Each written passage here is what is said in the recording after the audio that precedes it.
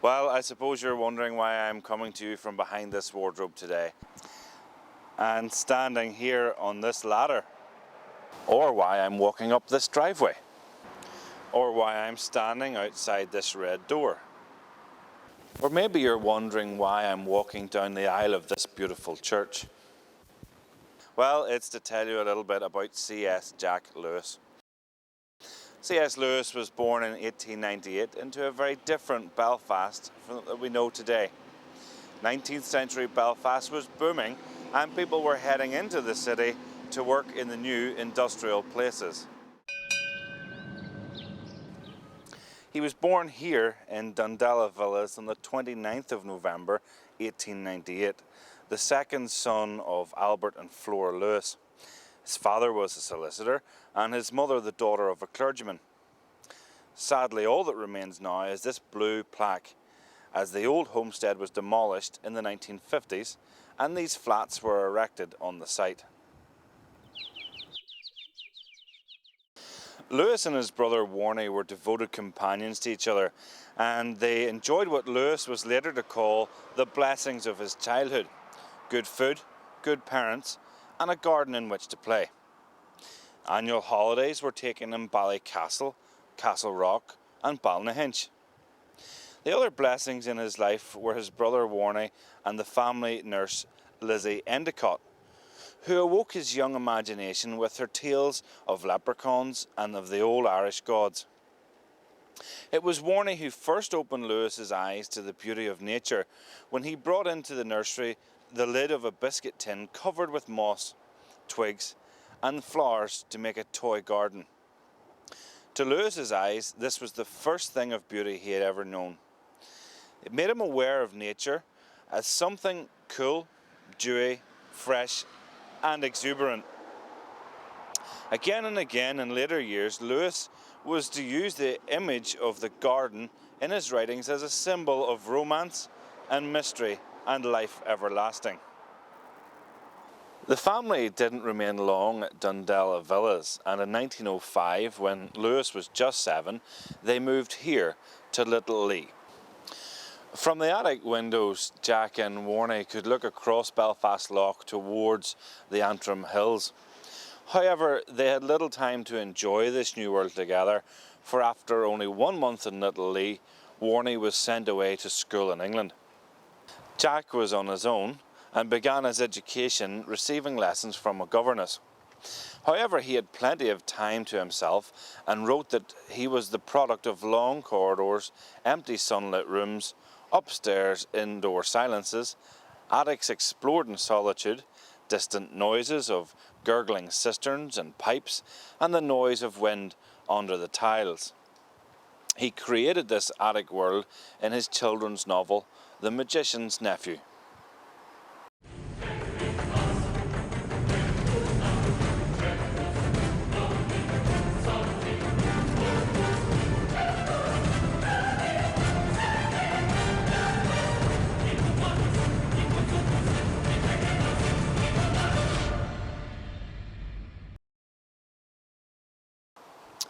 Jack's solitary existence was punctuated by Warnie's school holidays, and on fine days they would ride off on their bicycles and explore the hills and the lanes of the nearby countryside.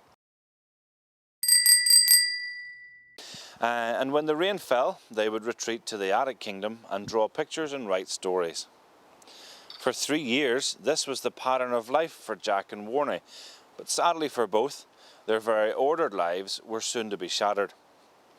At the beginning of 1908, their mother was taken ill with cancer. In February, she underwent surgery at home, and Jack was aware of something that was very wrong. The house was full of strange smells and midnight noises and whispered conversation. Having been taught the prayers made in faith were always answered, Jack prayed for his mother to be made better. It seemed to work, as his mother made an apparent recovery, but within 2 months, the pain and the cancer had returned.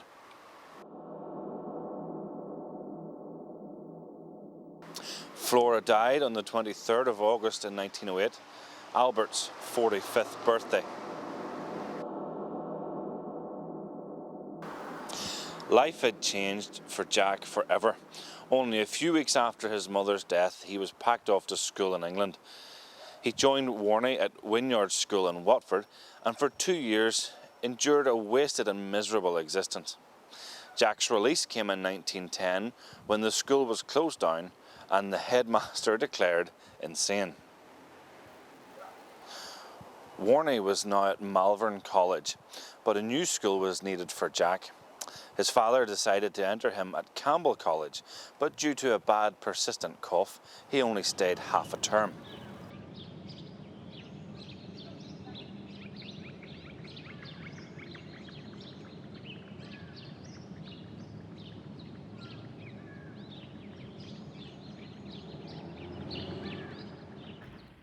In 1914, when Britain declared war on Germany, Lewis travelled to England to meet his new teacher. W.T. Kirkpatrick was, as Lewis always maintained, the only man he had ever met who had come near to being a purely logical entity.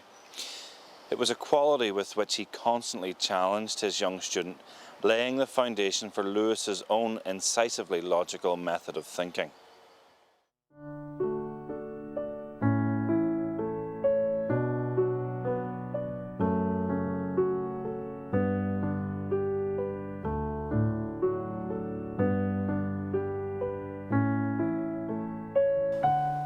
St. Mark's Dundela Church was built in 1878, and Lewis's grandfather, Thomas Robert Hamilton, was the first rector of St. Mark's here and served for more than 20 years.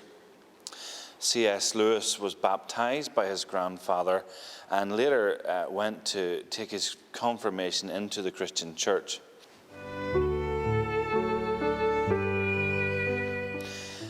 This was an act that he felt almost ashamed about because he had gone through the ritual without any real belief in Christ as the Son of God.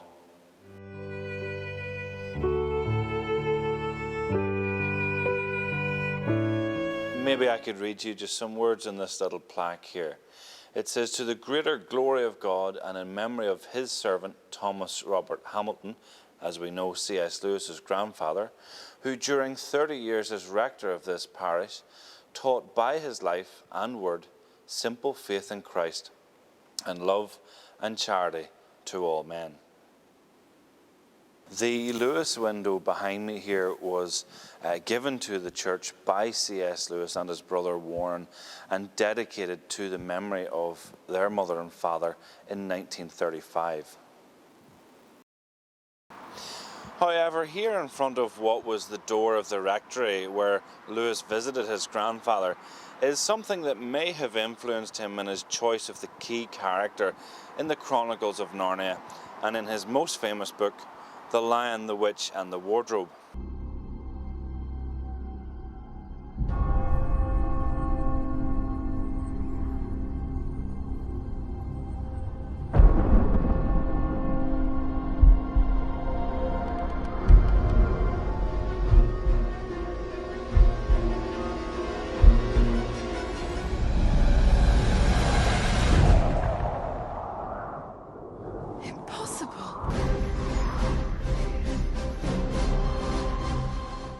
And that is a lion's head as a door pull. Aslan is on the move.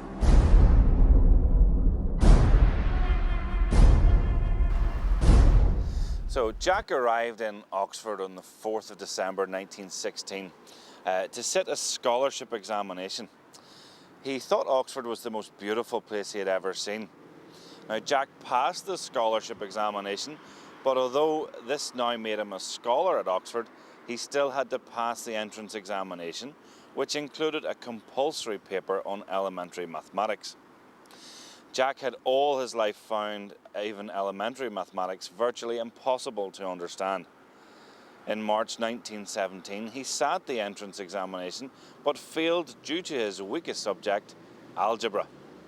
However, because he had been admitted as a scholar, he was able to enlist in the army via the University Officer Training Corps.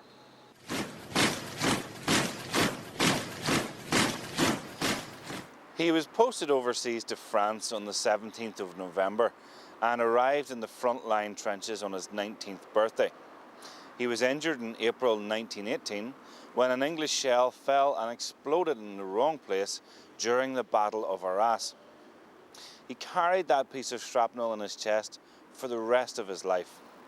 Now, he was demobilised in December 1918 and found that his war service had exempted him from having to resit that dreaded entrance examination, and at once he began to study for his honours mods exams. And so until his appointment in 1954 as chair of medieval and Renaissance literature at Cambridge, Oxford was home to Jack as the scholar.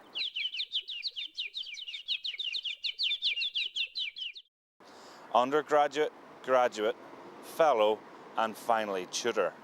One night in 1929, he came to the conclusion that God existed. He realised that God's demand was not all or nothing, that the demand was simply all. Jack finally gave in and admitted that God was God, and he knelt and prayed. He later said of himself, perhaps that night the most dejected and reluctant convert in all England. But it was another 2 years before he made that final step to acknowledge and believe that Jesus Christ is the Son of God. Lewis was one of the intellectual giants of the 20th century and arguably the most influential writer of his day. He wrote more than 30 books, allowing him to reach a vast audience, and his works continue to attract thousands of new readers every year. His most distinguished and popular accomplishments include the Chronicles of Narnia, the Cosmic Trilogy, the Four Loves, the Screwtape Letters, and Mere Christianity.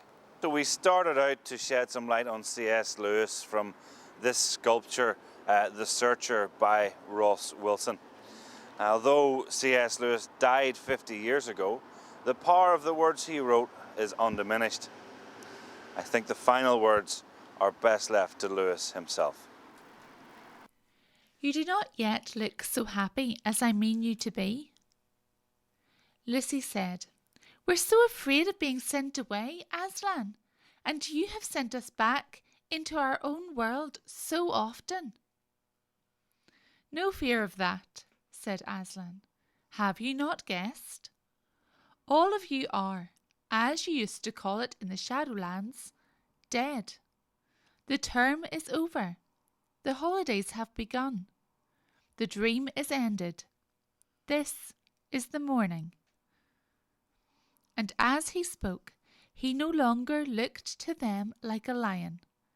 But the things that began to happen after that were so great and beautiful that I cannot write them. And for us, this is the end of all the stories. And we can most truly say that they all lived happily ever after. But for them, it was only the beginning of the real story.